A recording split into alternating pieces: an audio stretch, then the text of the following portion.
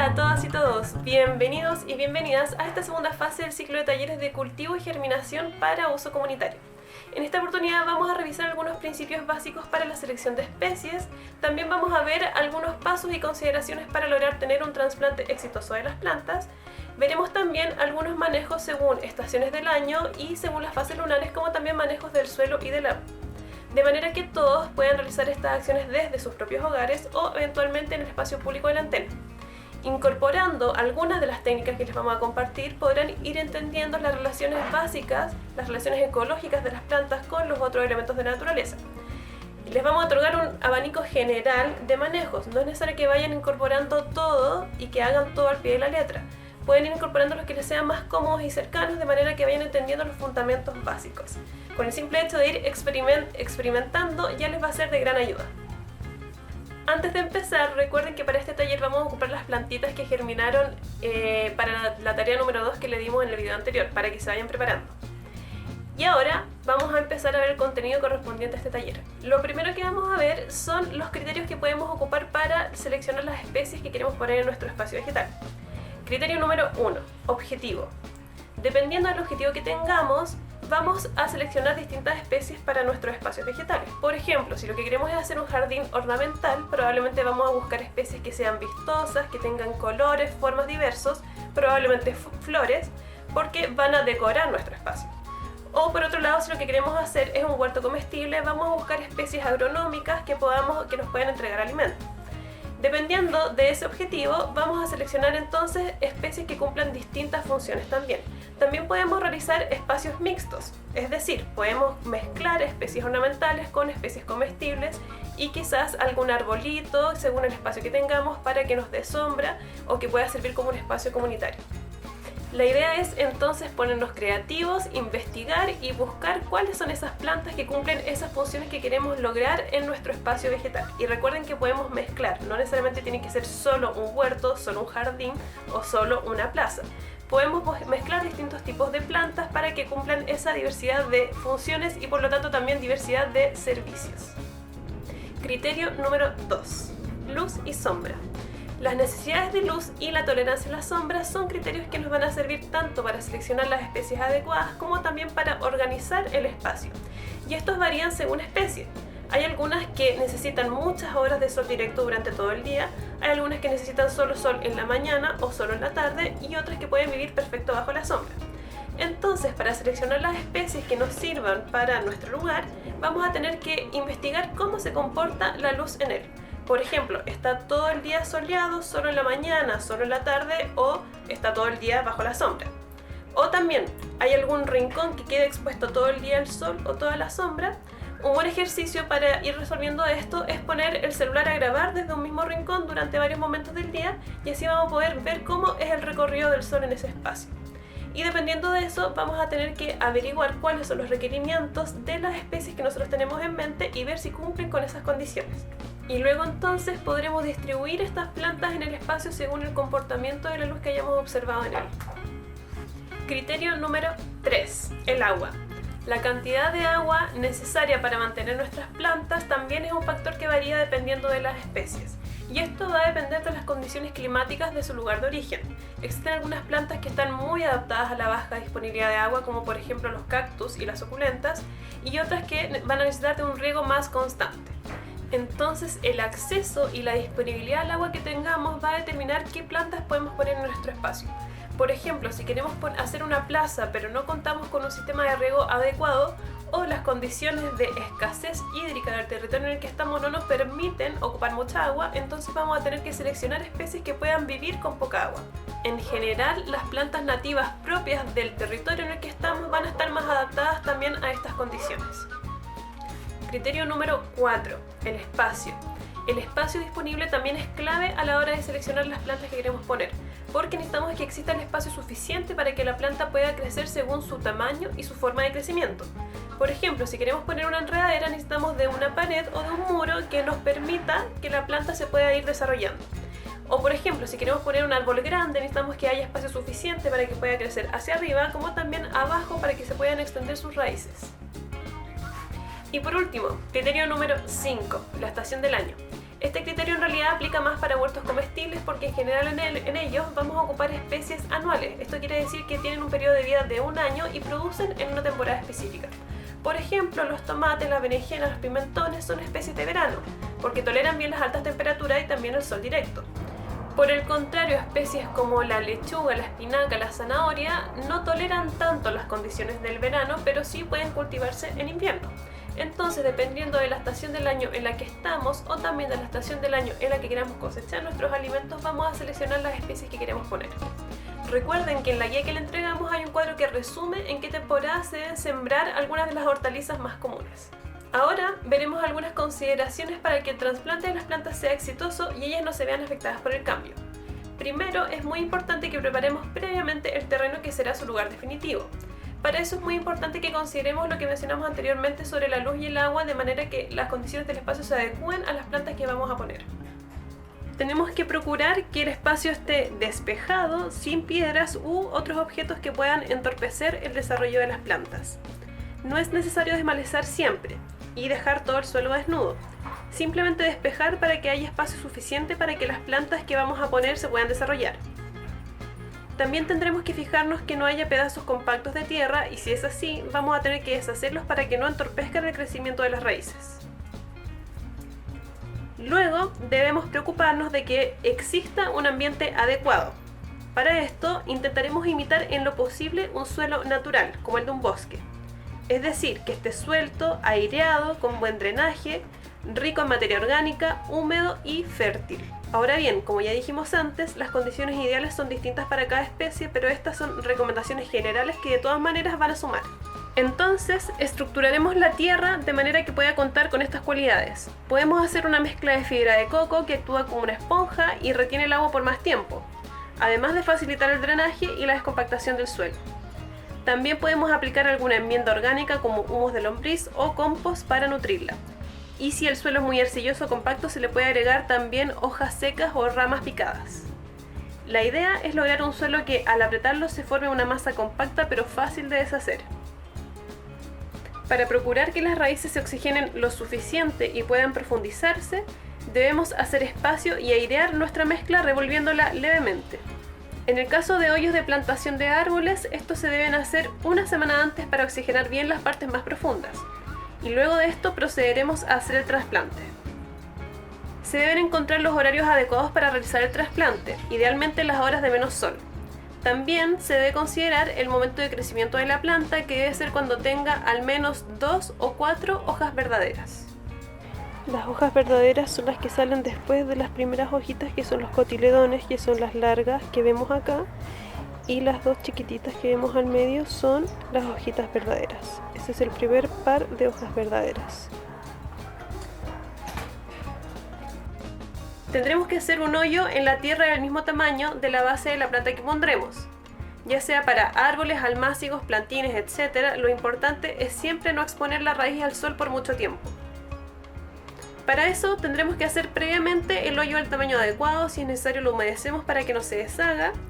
Y luego de eso procedemos recién a sacar la plantita de su macetero o del almácigo. Para esto lo volteamos, soltamos la base si es necesario y tiramos suavemente de la plantita, cuidando de no dañar sus raíces. Hay que tratarlas como si fueran un bebé. Luego ponemos el pedacito de tierra tal y como viene. Si está muy compacto, lo deshacemos un poco para que las raíces puedan expandirse. Si vienen varias plantitas juntas, como suele ser en los almácigos de hortalizas, podemos separarlas de una a una y plantarlas rápidamente, o plantar el almácigo entero y luego hacer un raleo. Es decir, quitar las plantas que no vamos a dejar.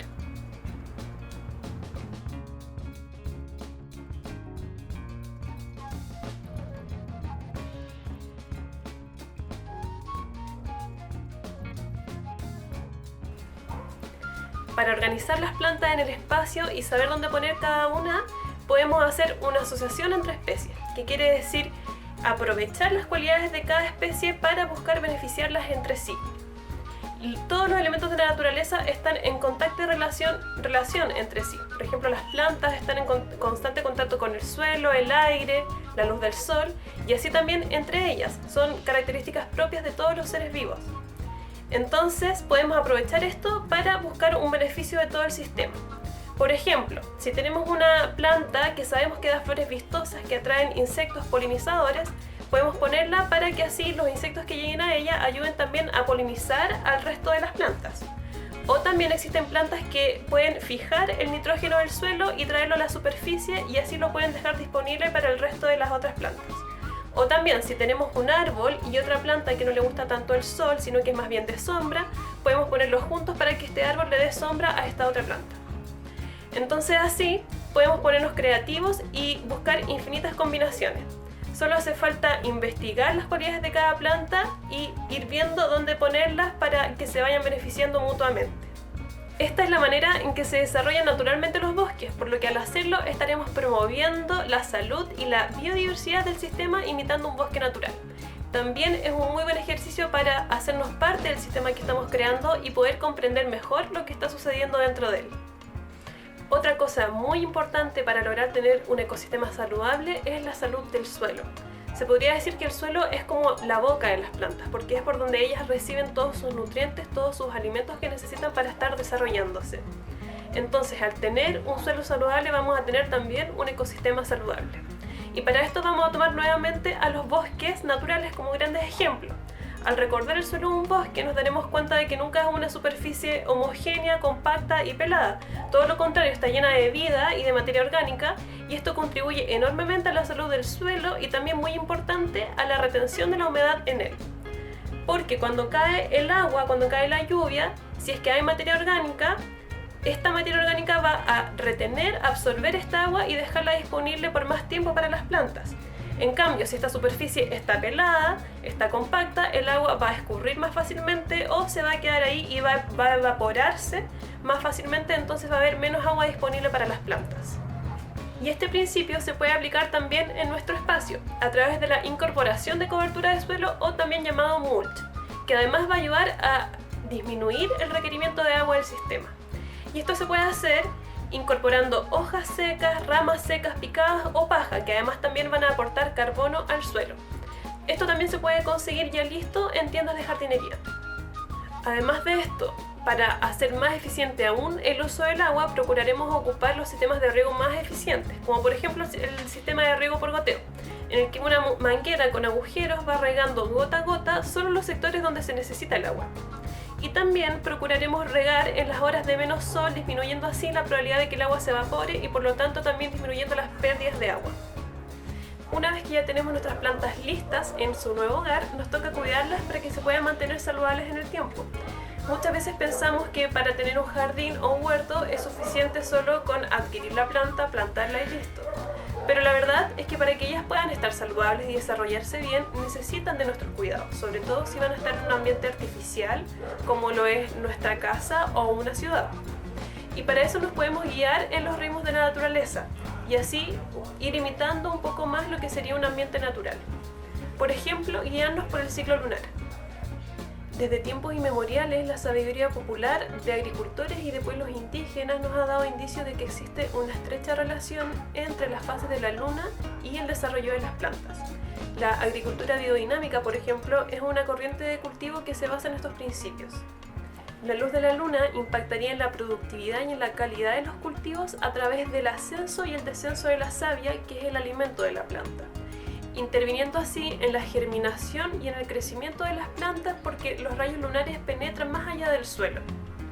Y esto genera efectos en la fuerza de gravedad que tiene implicancias en el movimiento de la savia. Por lo tanto, influyen diversos procesos como la germinación de las semillas, la fotosíntesis, el movimiento de ascendencia o descendencia de las raíces, etc. Es decir, cada fase de la luna puede provocar cambios en las plantas. Por ejemplo, cuando la luna está creciendo, es decir, va ganando luminosidad, la savia de las plantas va moviéndose hacia la parte superior hasta llegar a la luna llena, que es también llamado plenilunio, y así en esa parte la savia se concentra en la parte superior de las plantas, y luego cuando la luna ya va menguando, la savia empieza a bajar hasta llegar a la luna nueva, que es donde se concentra la savia en las raíces. Además, se sabe que cuando la luna está en posición ascendente, que es cuando se está moviendo hacia arriba en el cielo, estos efectos serían más potentes aún porque tiene mayor influencia sobre la savia. Entonces, si Si queremos aprovechar la fuerza de las raíces de las plantas, tenemos que hacer todos los manejos que tengan que ver con las raíces en las fases de la luna menguante y en la luna nueva. Y por el contrario, si queremos aprovechar la fuerza de las partes superiores de las plantas, ya sea los tallos, las hojas, las flores, los frutos, vamos a aprovechar las fases de la luna creciente y de la luna llena. Por ejemplo, si lo que queremos es germinar semillas, podemos aprovechar la fase de la luna creciente y la luna llena, porque la energía de la planta va a estar moviéndose hacia arriba y por lo tanto le va a dar más fuerza para surgir, para moverse hacia arriba. También podemos aprovechar estas fases para podar los árboles, y lo que queremos de esa poda es que luego el árbol fructifique más, o sea, saque más frutos o también que tenga más follaje. También la luna llena es la fase ideal para cosechar hojas, frutos, flores, porque es en el momento en que todos los nutrientes están concentrados arriba, entonces esos frutos, flores u hojas van a ser más nutritivos o van a tener un color más fuerte o van a tener mayor sabor. Por otro lado, si lo que queremos es hacer trasplantes, podemos aprovechar las fases de la luna nueva y de la luna menguante, porque en estas fases la energía se va a ir concentrando hacia las raíces y por lo tanto van a estar más fuertes para resistir el cambio. Así también si queremos abonar, porque las raíces van a aprovechar mejor los nutrientes, o también si queremos sembrar plantas de raíz van a crecer mejor en esta fase, o si queremos cosechar plantas de raíz como la betarraga, la zanahoria, porque van a estar más sabrosas y más nutritivas. Estos manejos también pueden variar en función de la estación del año. Por ejemplo, las podas se recomienda hacerlas generalmente en los meses de invierno, porque en esta época las plantas no están en general con follaje. En los árboles hay árboles que sí, pero en general no tienen tanto follaje y por lo tanto no hay tanta necesidad de producción de savia, entonces no se va a ver tan afectado su crecimiento como si lo haría en las épocas de mayor actividad, de mayor energía, como lo sería la primavera y verano. Porque cuando les cortamos las ramas a los árboles, eso produce un estrés en ellos. Entonces, si está con toda su actividad, con toda su energía ahí, al cortarle las ramas, eso produce mayor estrés aún. Y no tanto así como cuando están más dormidas.